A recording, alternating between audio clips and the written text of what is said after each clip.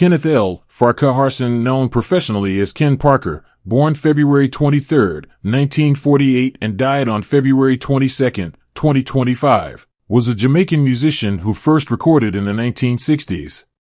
Net worth and financials. Ken Parker's net worth was not widely documented, but as a well-known musician with decades of contributions to reggae and gospel music, his financial standing was likely substantial. Throughout his career, Parker recorded multiple albums and singles, many of which remained popular long after their release. His work with legendary producers and labels, along with his performances in global festivals, likely contributed to a steady income. Furthermore, his own record label and production company, which he set up in the 1980s, would have added to his financial success. Given the long-standing popularity of his music, particularly in the reggae revival scene, it is reasonable to assume that Parker maintained a comfortable lifestyle throughout his later years. However, it should be noted that Ken Parker was never one to flaunt wealth. Instead, he focused on his music, spiritual beliefs, and relationships, which were of far more importance to him than material success. Early life and musical beginnings. Ken Parker was born Kenneth L. Farquharson in the quiet rural town of Darliston, located in the Westmoreland parish of Jamaica. Growing up in a Christian household, Parker was exposed to gospel music at a very young age. His father was a preacher, and his household was filled with hymns, spiritual songs, and religious teachings. This early influence shaped his later work, which often blended spiritual themes with the rhythmic beats of reggae. As a teenager, Parker was drawn to music, and he began performing with a local group called the Blues Benders. It was during his time with the Blues Benders that Parker started to hone his vocal skills. His talent was evident, and his performances started to gain the attention of local audiences.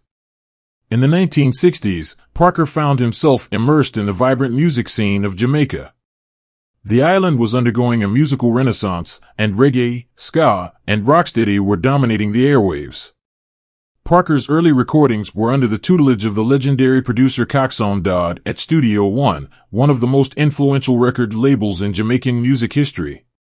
His big break came when, in the mid-1960s, Parker auditioned for Coxsone Dodd's label, and his smooth vocal style was instantly recognized.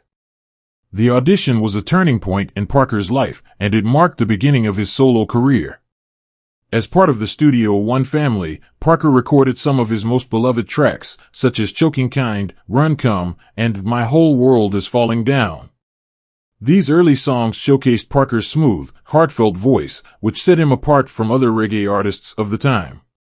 His soulful delivery combined with poignant lyrics made his music deeply emotional, earning him a devoted following. Houses and lifestyle. While Ken Parker was a public figure, he preferred to keep his personal life out of the spotlight. He did not live the lavish lifestyle by the standards of many other celebrities in the music industry. Instead, Parker chose a more humble life, often spending time in his homes in the United States and the United Kingdom. His love for simplicity and spiritual values guided his choices in both personal and professional aspects of life. In the later years of his life, Parker's home in Florida became his sanctuary. Surrounded by close friends and family, he lived peacefully, dedicating his time to personal reflection, music, and occasionally performing at select events. His lifestyle reflected his belief in humility and faith over fame and excess. Musical career and key contributions. Ken Parker's career in music was nothing short of remarkable, with his ability to transition seamlessly between different styles and genres. Throughout his career, he worked with some of Jamaica's most renowned producers, including Duke Reid, Bunny Lee, Rupie Edwards, and Joe Gibbs. The impact of these collaborations was undeniable, and Parker's music continued to evolve over the years. In 1968, he released his debut album Keep Your Eyes on Jesus. This album blended gospel influences with reggae rhythms, reflecting his deep faith and spiritual beliefs. Tracks like Keep Your Eyes on Jesus became anthems for listeners who found comfort in Parker's voice and his message of hope. Despite the spiritual undertones of his music, Parker's versatility was apparent as he explored various themes, including love, heartbreak, and social issues. His hits like Jimmy Brown, Kiss an Angel Good Morning, and Help Me Make It Through the Night showcased his range as an artist.